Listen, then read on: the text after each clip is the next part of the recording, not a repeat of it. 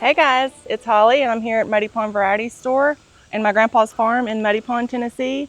And I'm here with my little worker Ava. Hi. And we're going to do a little tour of my grandparents' farm. And it's September, it's fall, and we're doing the sorghum across the road. So I'm going to take you over here and show you the sorghum cane.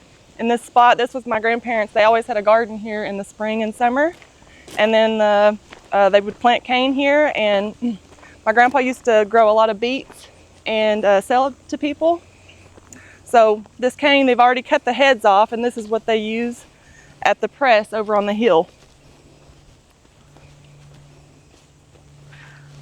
And then we'll just kind of walk up here and I'll show you my grandpa's workshop. This is kind of where he kept his tools and did all his tinkering. And then usually around April every year, we do a family wood splitting. And the whole family gets together, and the men and the guys cut the logs, and they bring huge piles up here, and we have a wood splitting, and then we eat lunch. And you can see the wood. This is what we use to heat the house in the winter, and of course run the wood cook stove, and that's how we bake a lot of the bread in the wintertime. We've used most of that last winter, and it was completely full all the way up to here, so you can see how much wood we use. I'm going to pop the store open and you can have a look in there. So I'll bring you in and you can see what it looks like. Just a lot of old tools and things that my grandpa used. I don't think my grandpa ever owned anything that was battery powered or like electric, drill or anything like that. He always used the hand crank type. Yeah. It's kind of being overgrown with poison ivy. And that shed up there where the hay bales are, that used to be an old sawmill. My grandpa ran a sawmill for years, all when I was growing up. And you would hear it all day long. And when it was time for lunch, my grandma would go out on the porch and she'd have a little mirror and she'd hold it at the sun, and the reflective light, and tell him it was lunchtime, and he would see it and come for lunch. So there's the same patch of cane continues, and you can see the morning glories growing up on the cane. I don't think that it affects the growth of the cane, but it makes it really hard to get in there and to chop and strip the leaves because the vines are really. But this is my dad's favorite flower. So if any of you feel like taking my dad flowers, he loves morning glories. So we'll go on down here. I'll show you this little pond. I don't think there's fish or anything in it, but my boys love to go frog gigging down here. And they'll come home with a whole mess of frog legs, and they'll skin them or whatever, and they'll cook them themselves. So you can imagine the frogs that are down there, the bullfrogs.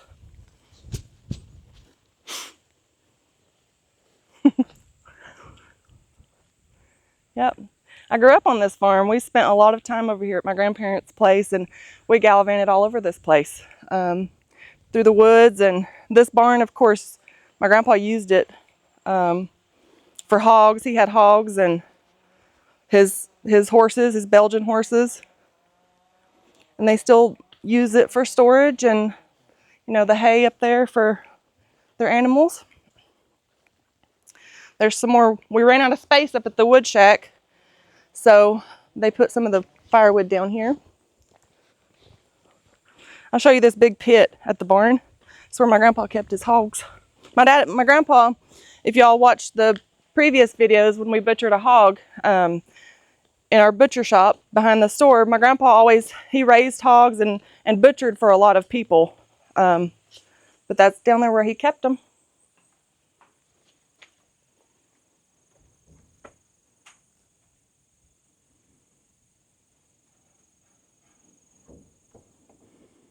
This pit always scared me. I was always afraid I would fall in. So I need to go in the house and check on our dough. And Ava is going to make our bread loaves for the store today. We did actually make quite a bit yesterday just to kind of get ahead, because it's Saturday and it's a sorghum day, and I'm sure going to be very busy. So we like to jump ahead a little bit if we can, but we are going to make a batch of bread.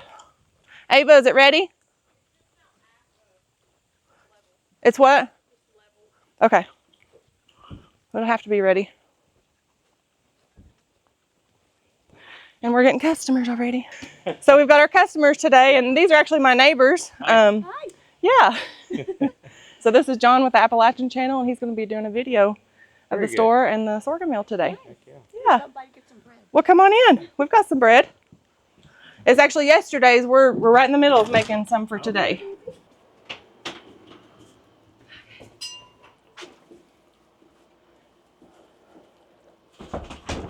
What are y'all up to today? Going up to Allard. Allard? well, we're going to, there's a plant sale up in Jamestown. Okay. The nursery up there. Yeah. Southeast of there. And then Down in Pall Mall? there's a horse event at Eastport. Oh, And then fun. there's a disaster preparedness. That's actually the church that I go to. Yeah. Is that's doing what that. we're doing All right. You got any eggs? I do. Yep. There's eggs in there. We don't need it. Oh, that's right. Okay, she picked them up yesterday. $4.38. Those are my chicken's eggs, actually. Yeah, so then we're going down to Costco. I got some stuff on auction, so we got a full day going. Oh, okay. Yeah. Full day. My days off are busy. That's not my tap. Ethan's staying busy too. Ethan? Yeah. My cousin? Yeah. With his... Well, your husband Nathan too. Oh, Nathan, yeah. No, well, both of them. Yeah, he's actually at that preparedness thing with the boys. Okay. So they're working Did you there. get your bathroom done? No. Tell Nathan. Tell him about that because it's been over a month. It'll get there. It takes a long time. Thank you, guys. Thanks. Have a good day. Bye. So we've got some of our sourdough bread. This is actually yesterday's. We made the rolls, and then of course the cheese breads. Jalapeno cheese and cheese we make on Fridays. Actually, my Aunt Doreen made those yesterday for me. We've got her peanut brittle. This is the best peanut brittle in the whole wide world. And you see her blue ribbons. And then Michelle's ginger sorghum sandwich cookies. Those are really rich. They're super good. And then I make the sorghum pound cake, and you see my blue ribbons back there in the fair. That was my mom's recipe, actually. She started that years ago. This is my Aunt Sarah. She makes the pies for us. No, say hi. Yeah. Hi. Come on, get a picture. She makes awesome fried pies. We sell a lot of these. Yeah, they're famous. These are warm? Yes. They are warm. You want me to put them out? Do you have more? Yes, I do. Okay. And then Sarah makes this shoe fly pie. So shoe fly pie is it's a Mennonite recipe. It's a Mennonite specialty thing. Sarah, I don't know how shoe fly pie ever came about or the name. How did it get its name? No, I don't. I remember that I asked one time why it was named shoe fly, like shoe fly, and they said because the lady that made the recipes, back in the day, they had to lay out their pies, and she would say, Oh, shoe fly. shoe fly, and that's kind of how it. Yeah.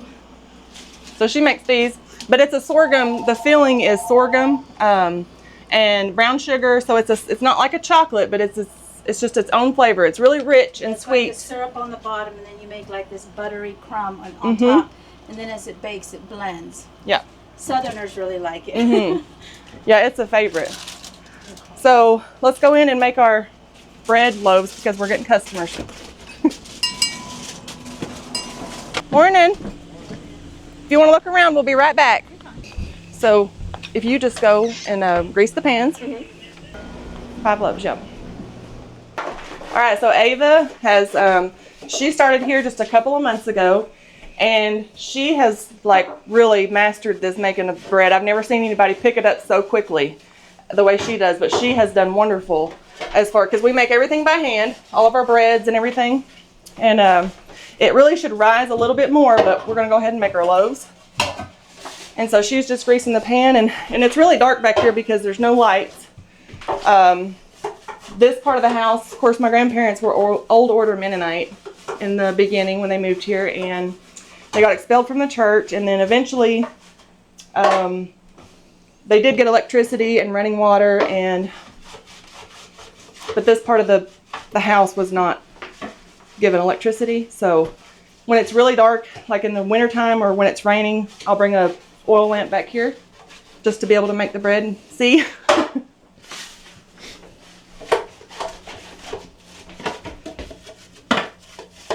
Should I open this door? Maybe for light? Yeah. All right, if you go ahead and just start making the loaves. The hardest part, I've said this before, that the hardest part about making bread, I think, is getting all your loaves the same size. You can weigh them. I think my Aunt Doreen does weigh them. But that's, I don't know, I just don't.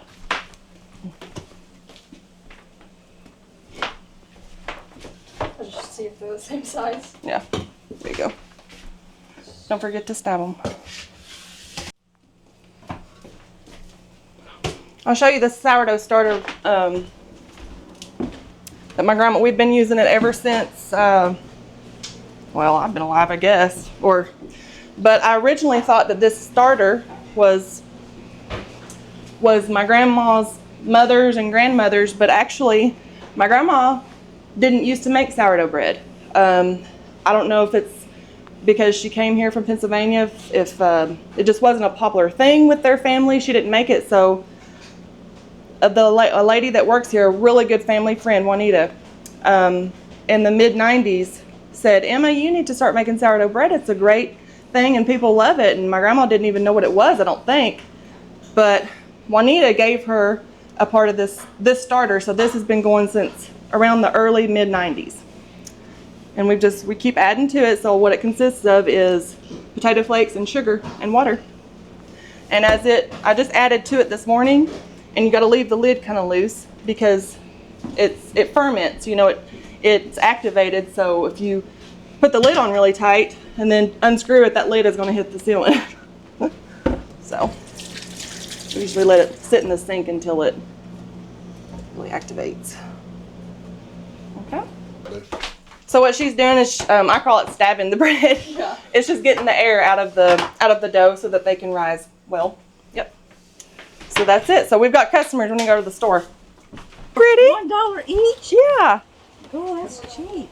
And I cut the tops off. I thought these would be pretty in bouquets. Oh yeah, this place would not look like it does if it wasn't for this little niece of mine. Holly, it's her touch around here, believe me. But I have help. Well, I do. She does 98% of the work. Thank you. Hey, buddy.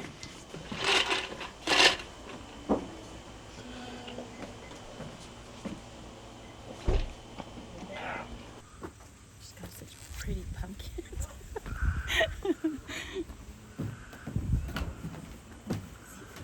So I'll show you a few of our, these are Ruthie's chewy sorghum caramels. They are super delicious. And we have those bean vines. We have a purple bean vine outside, and customers ask all the time if they can pick from them, but I tell them if they pick from that vine, the seed pods are not going to grow next year. They have to be dried. So these are actually last year's that we dry them every year, and customers buy them. You ready to check out? We've got a few new things. I don't know if you saw the last time you were here. Some stickers and magnets. My sister and I designed them. And then of course the Appalachia, because people like to say Appalachia or Appalachian, and I say if you say Appalachia, I'm gonna throw an Appalachia. So we've got of course all of our candies and jellies and jams and pickled goods.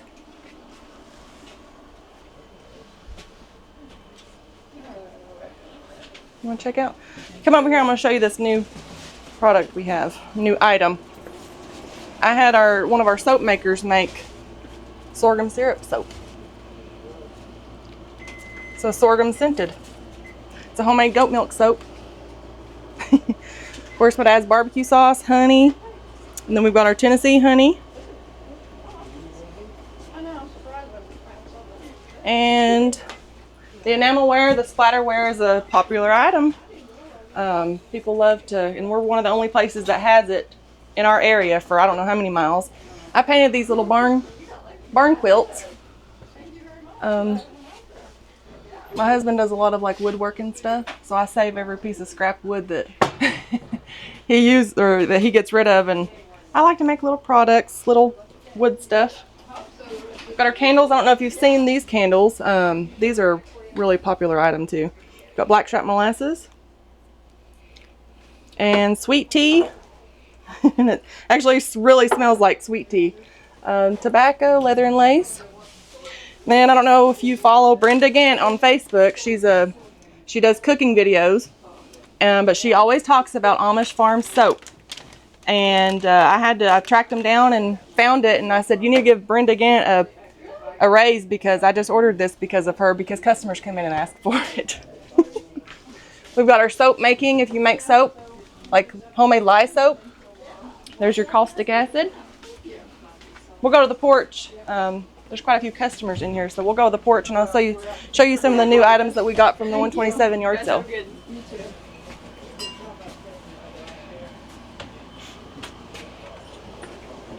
I'm gonna come out behind you. So this is a purple hyacinth bean vine, and it's not a perennial. That means it doesn't come back every year.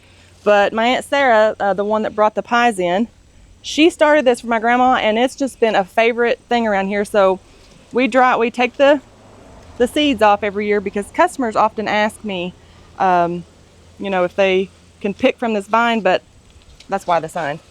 But these seeds are not gonna grow if you plant them now. They have to be dried out.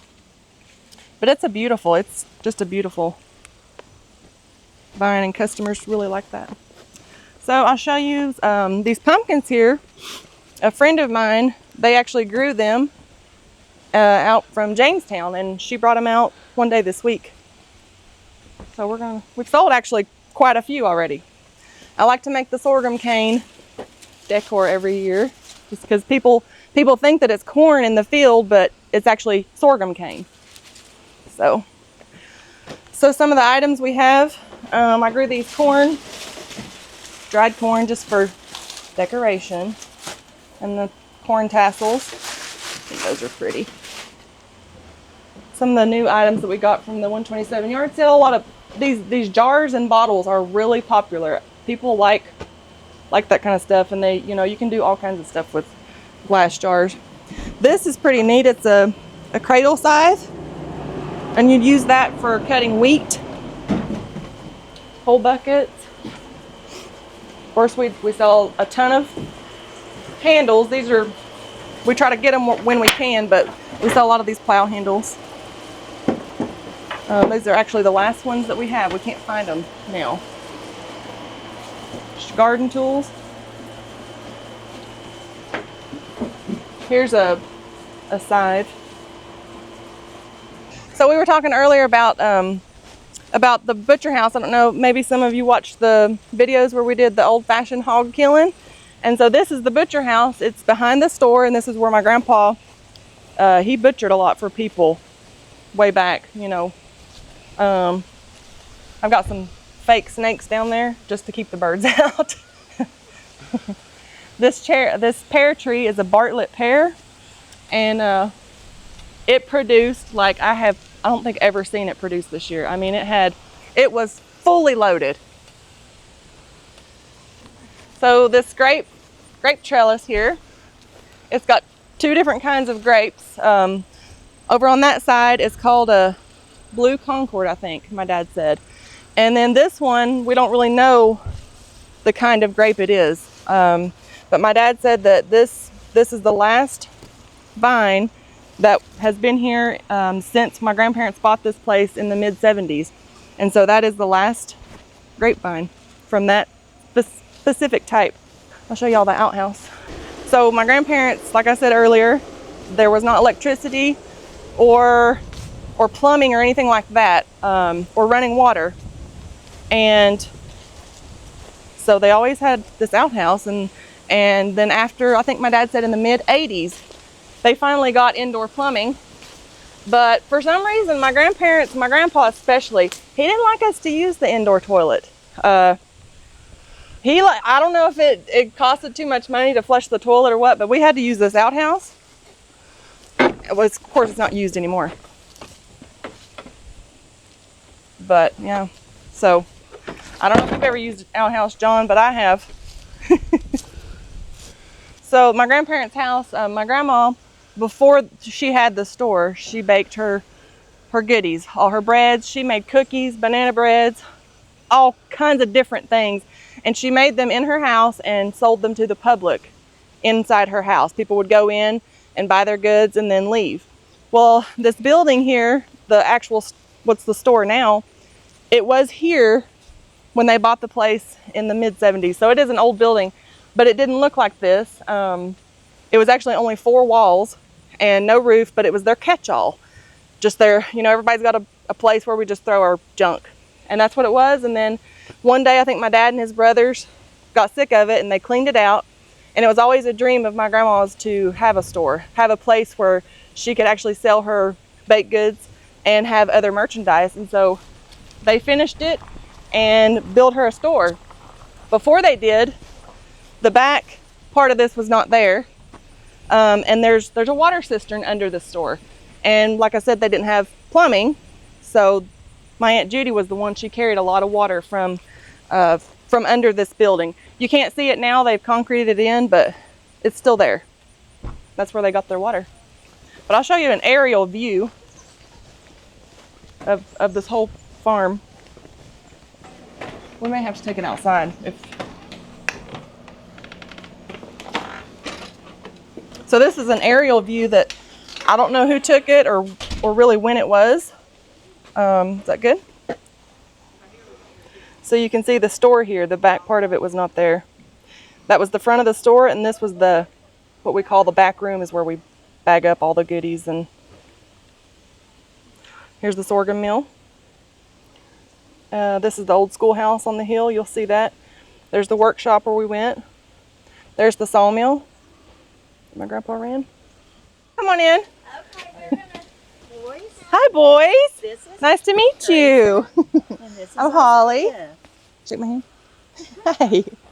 These are my friends, Tammy. They live East Tennessee, Oak Ridge. Harriman. And they've been coming here for years, and we've developed a friendship over the years, and actually gave Tammy a bread class to make. We did it in the house here, and she came to get some sourdough starter, so we'll go get that for her. Y'all come on in. Boys, this is I the think plant. she's You the recognize best. this? No. We've got that same plant. Uh-huh. Holly's grandmother gave us a piece of it. Yep, she did. Come on in. This is where Holly lives her brain. What's your names? Isaiah? Grayson? Nice to meet Two you. twins. Oh, you're twins? Yeah, we're both in first grade. Wow. That's awesome. You like school? So I'm going to give her, Tammy, some sourdough starter, and I don't know if you even need one of those, but you can take it. We started making those and printing them just for people that ask for it and don't really know how to feed it. Well, I had mine going, and somehow it fizzled out. Oh. Well, that can happen. Look at this little fan. There, boys, this is Does that where have a the motor? stove. It runs by heat of the stove. So it blows it. See, and then there's fire that goes in here. And she bakes the bread. In the wintertime, we bake the bread. This is where we put the wood in there for the fire. In the oven. Have you ever seen a wood stove? That's our wood box. Sometimes I'll have little kids bringing armfuls of load. What? So you just open it, throw the wood in there, and Yep. the heat warms it up. Uh-huh. So, and actually, in order to get the oven to get hot, there's a knob right here. Push that back. We pull the knob out, and the heat, it goes around. You can't see the pipes, but it goes under the stove, and that's how it warms the oven. Then to turn it off, you push it back in. You like that? Then you turn it. Back. No, you don't turn it. You just. So right there is when the heat, it lets the heat in. When you push it in, the heat goes away. I just tapped it. Yep. Ooh. Back here, we keep water in this cistern back here, and the water from the heat of the wood, it heats it up and makes hot water, and there's a spigot back there where you can get hot water. You open that and water comes out. I've seen those things. Get the whole open, there might be water. There might be. We usually empty it every winter, but it's just barely, Is there any in there? just tiny little bit. Like that full? Like Yeah. straw everywhere? Just a drop. Did you need anything? Appalachian stack keeper. Oh, Remember the one by the... I don't know if she's brought any. Hi, Sophie.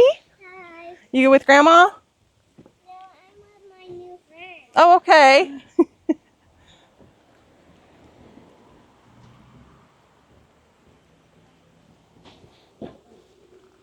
I'll take my cake down to the mill.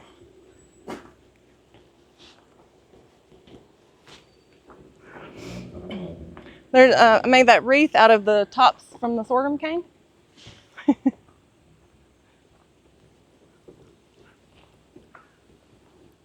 right, I'm gonna, we've cleaned up a lot in this glass room is what we call it.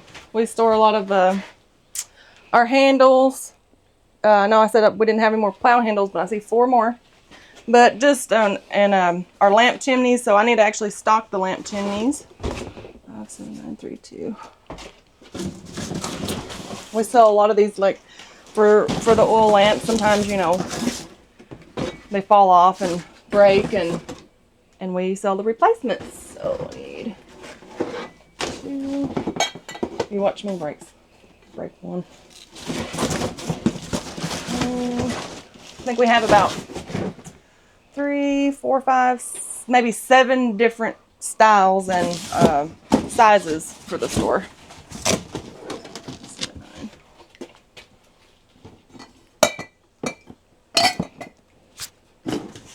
So we'll take these out.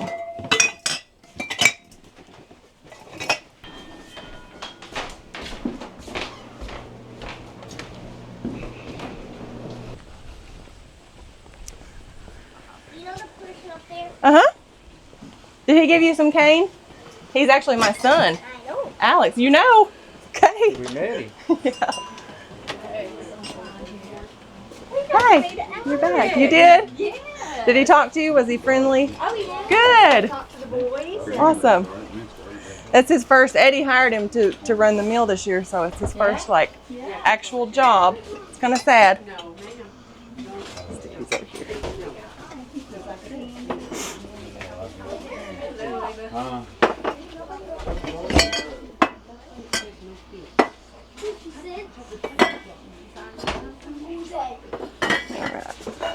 We actually have the lamp oil in stock right now too, and it is really hard to find. So I'm glad that we were able to find a place that had that. Eat you some of that horseradish powder.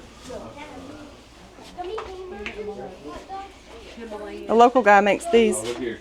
He's actually a good friend of my husband's. These little spatulas Make kids great. made in Muddy Pond.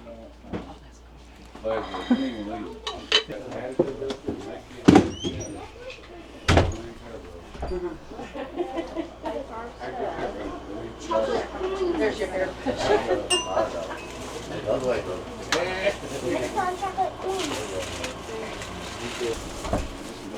Setting out some She's fresh called apple Pop. stack cake. That's okay. No, but I got some deep sauce.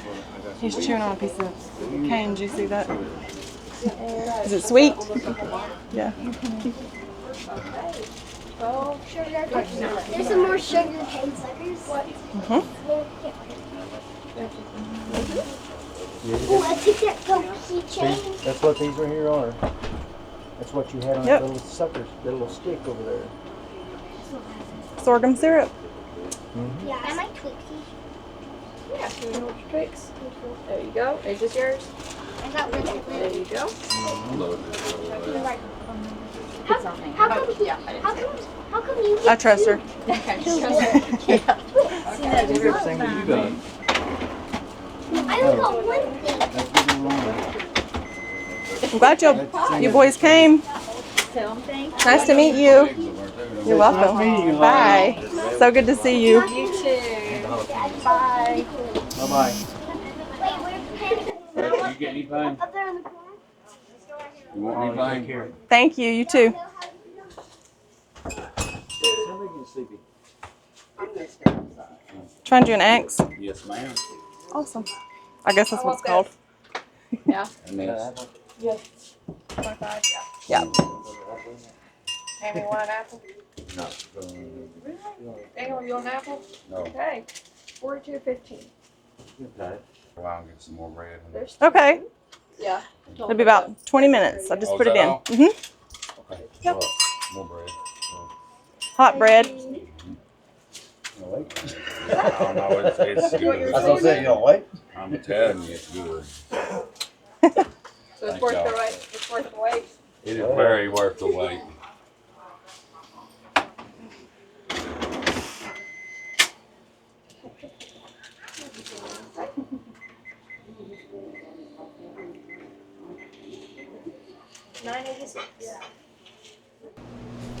Three. I'm starting a new batch of bread. I'm gonna lose my count here. 4, 5, 7, 8, 9, 10. We're gonna go for a big batch because we are selling bread like crazy.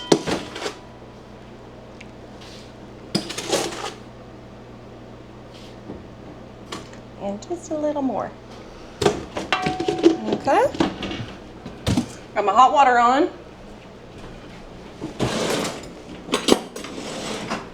Let me get some lard.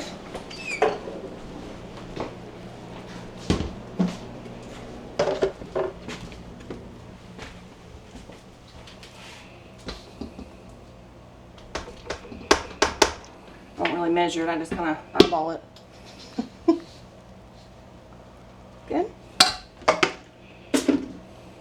Make sure I've got flour. So I started working for my grandma in 2010. I think I would have been 20. And I started just as the store clerk just because she needed help. Back then she still made the bread. And then as she got older, it got harder and harder for her, and she just slowly taught me. And she never measured anything. It's a little bit too much. So that's kind of how I learned.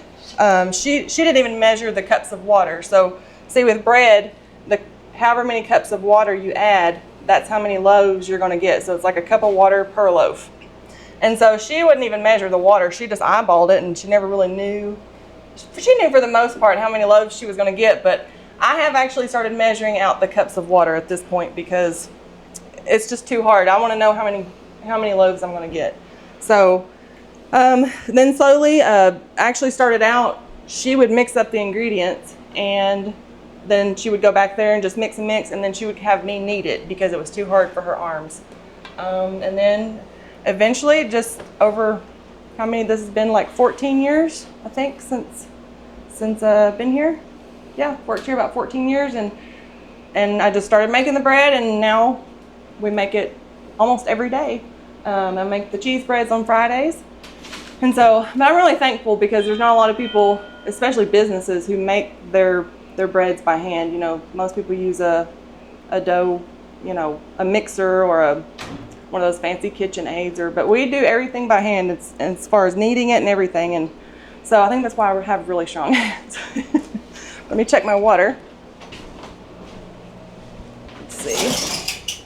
Maybe a little bit more. Open that for some light.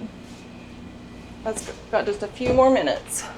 Before I worked here, my sister actually worked here, and she had a little boy, and I think she decided she wanted to stay home or something. So my sister's the one that trained me how to kind of be the clerk and all the things that come along with the store. And just over the years, kind of evolved. Back when my grandpa was still alive, he found all the stuff like the antiques and the tools and things that we sell, and he would come rolling in. He had the oddest color of blue that you've ever seen. He spray painted his truck that color, I think, or used a paint roller. But you could see him coming from a mile away, and his truck would be loaded down with, everybody else called it junk, but I just got a thrill when he would pull in the driveway, and we would go through that stuff together. And so now, since he's passed away, we go to auctions, and Doreen finds a lot of stuff. But I love that part of the job probably the most, is just all the different things that we can find. And but I love the customer base, you know, all the friends that I've been able to make over these 14 years. I always, you know, that's my goal, is to have the best customer service, and people, when you're friendly and people, it makes them want to come back. And then just the different variety of things that we have in the store. We always have different things as far as oddities, and but I always say it doesn't matter how much stuff you have in a store or your house. If it's neat and clean and organized, people can see it and it just looks better. So that's what I strive to do, the kind of the goal with the store. Yeah. When that starts boiling, this is a singing teapot. It'll start singing, or it makes like a whistling sound.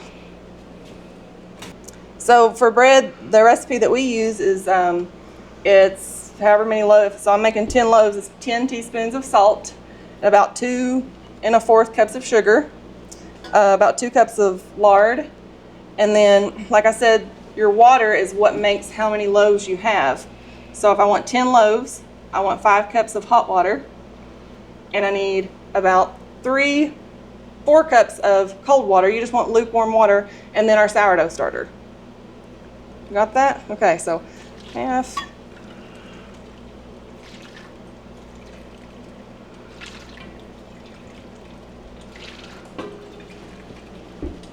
Two and a half. 3 1/2.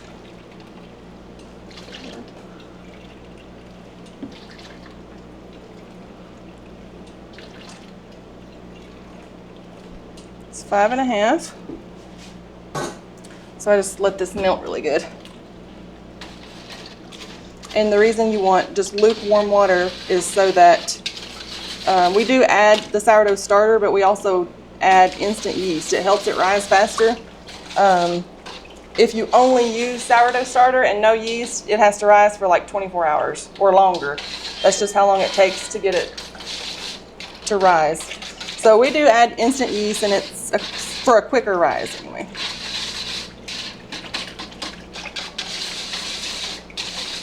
Just want to get this good and melted.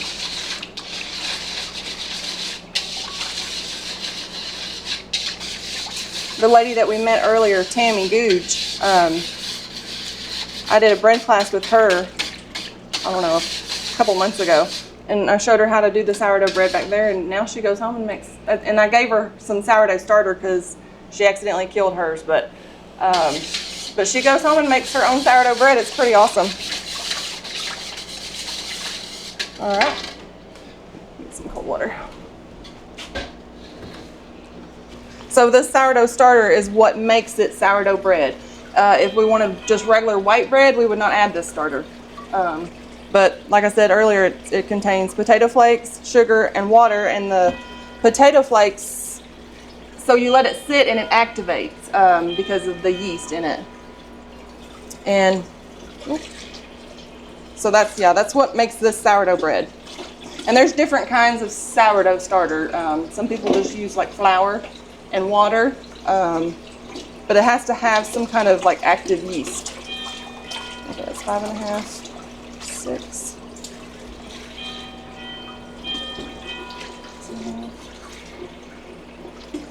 7, and this is just filtered clean water. 7, 7 1/2, 8. So there's 8 cups of water, and then I'll put 2 cups of this starter, and that makes 10 full cups of liquid. So we should get about 10 loaves of bread.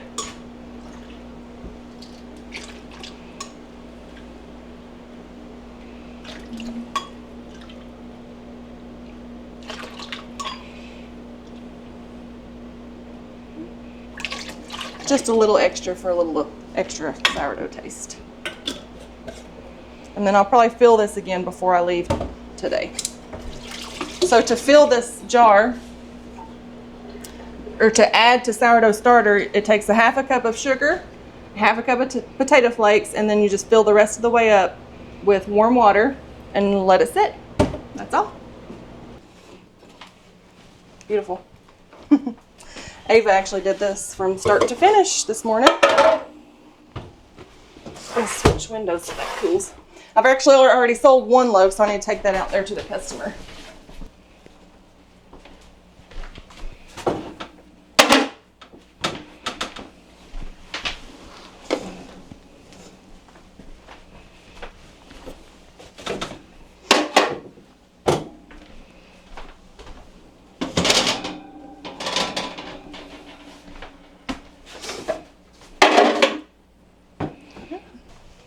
This is just lard. You can grease the top. Some people use butter, but we use lard. We use lard for everything around here. Actually, that oven door was stuck and it wouldn't fully open all the way.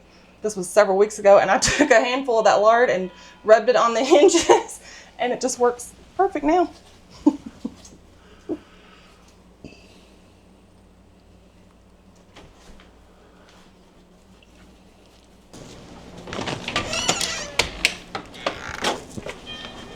Is this yours? Yes, ma'am. Okay. Okay. You want to put that in your pocket? That's just after it cools, then you can bag it up. Okay. Very good. Thank you. Thank you.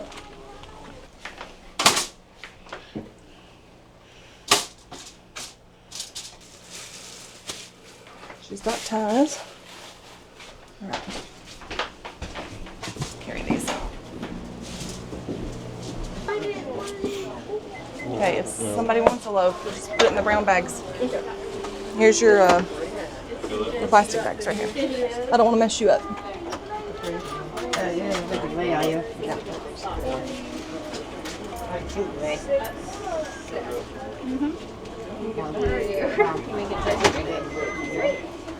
Go back out.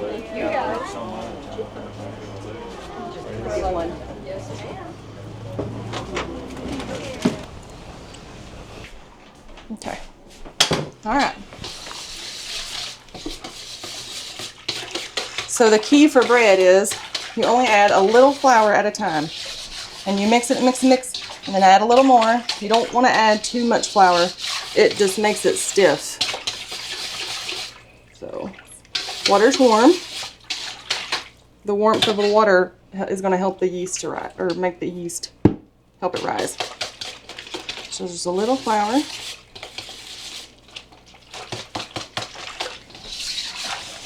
It would be a lot easier if we had a mixer, if we used a mixer. But I don't know, we just still do it by hand. Okay. This thing. There it is. So it's for 10 loaves, it's 1 teaspoon of yeast. If you're going to use instant yeast, per loaf. Now we want a quick rise, so we're going to actually add about 13 teaspoons. And we've actually measured it out in this spoon, so I'm going to do about 3 of these spoonfuls.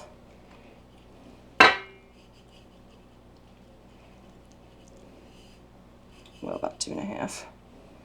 You don't want to add too much instant yeast, just because when your bread rises so quickly, it affects the texture.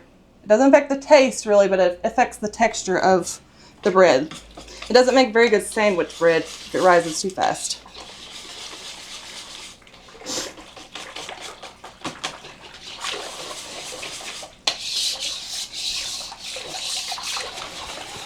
Trying to get it a little bit mixed.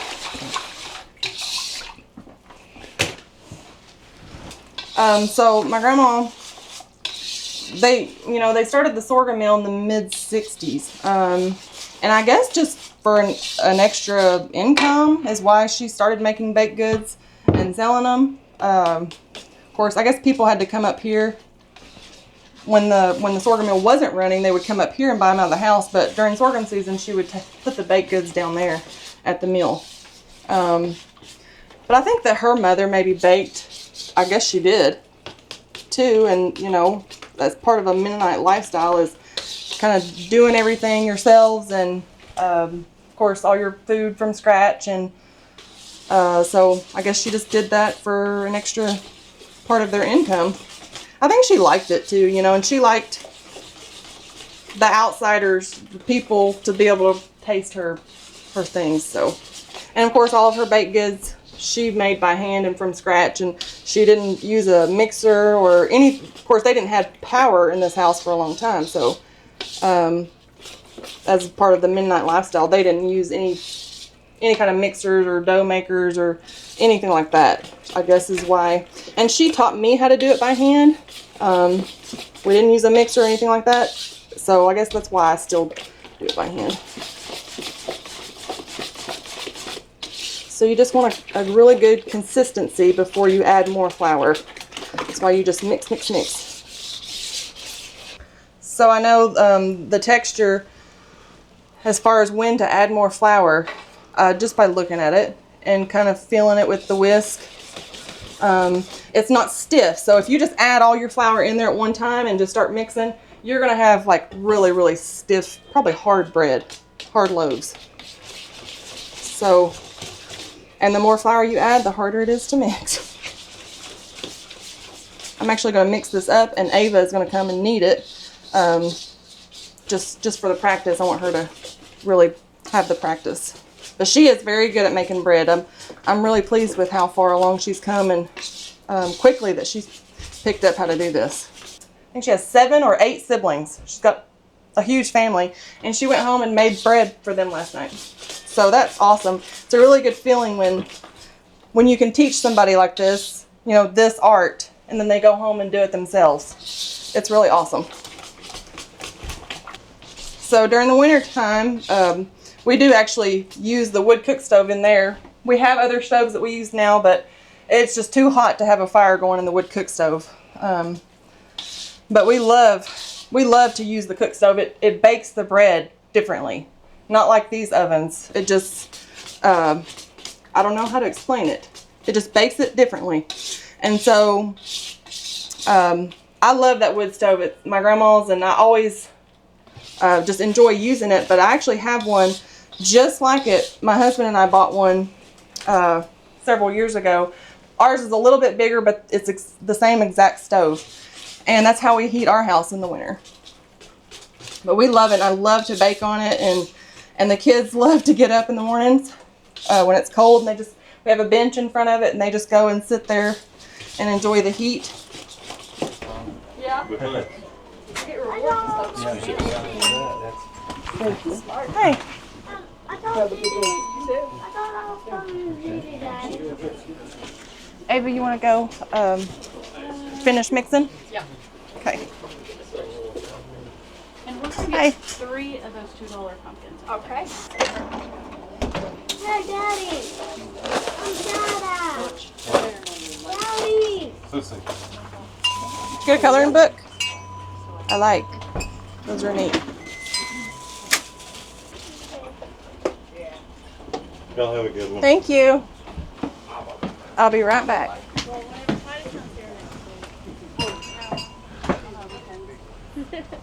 Thank you. Let me carry that down the road for you. A little at a time. How long will you make it? 10. So Ava is I'm gonna let her finish the bread just for the practice, and I'm gonna go out in the store and help the customers. They were super busy. So yeah, she does really good. I think it's gonna turn out good. Okay, you got it. Okay, bye.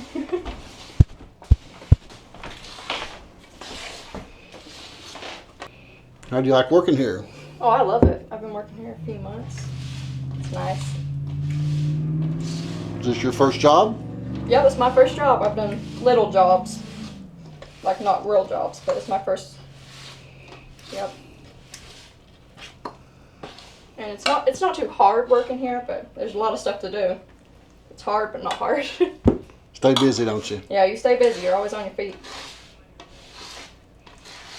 So Holly says you made bread for your family last night? Yeah, I made some just white bread. It's my first time actually making it at the house. Yeah. How'd it come out? Came out real good. Was they proud of you? Yeah, they ate it all. Have to make them some more tonight.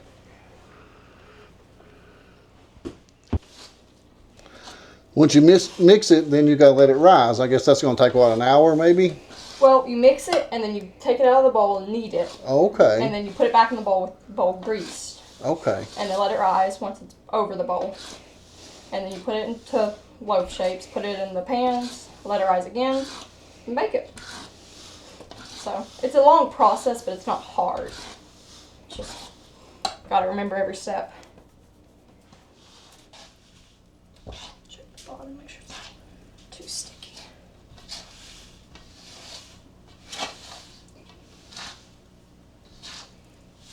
It's a mess whenever you get it out and it's still sticky.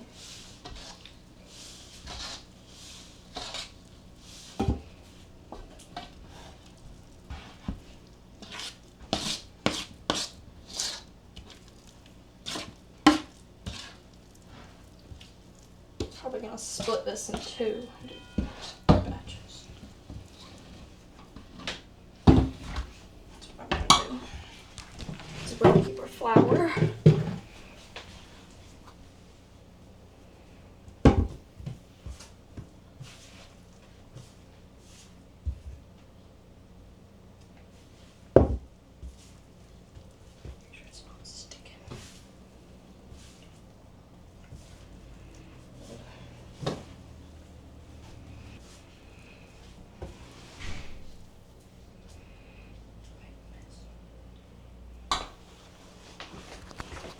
You knead it for about 8 to 10 minutes, just until it's good.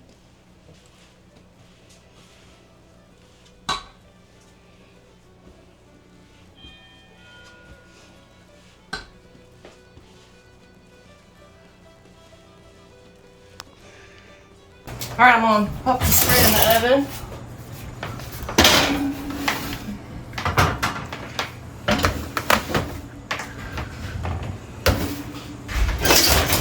All right, take about 30 minutes. I'm gonna set my timer. All right, 2861.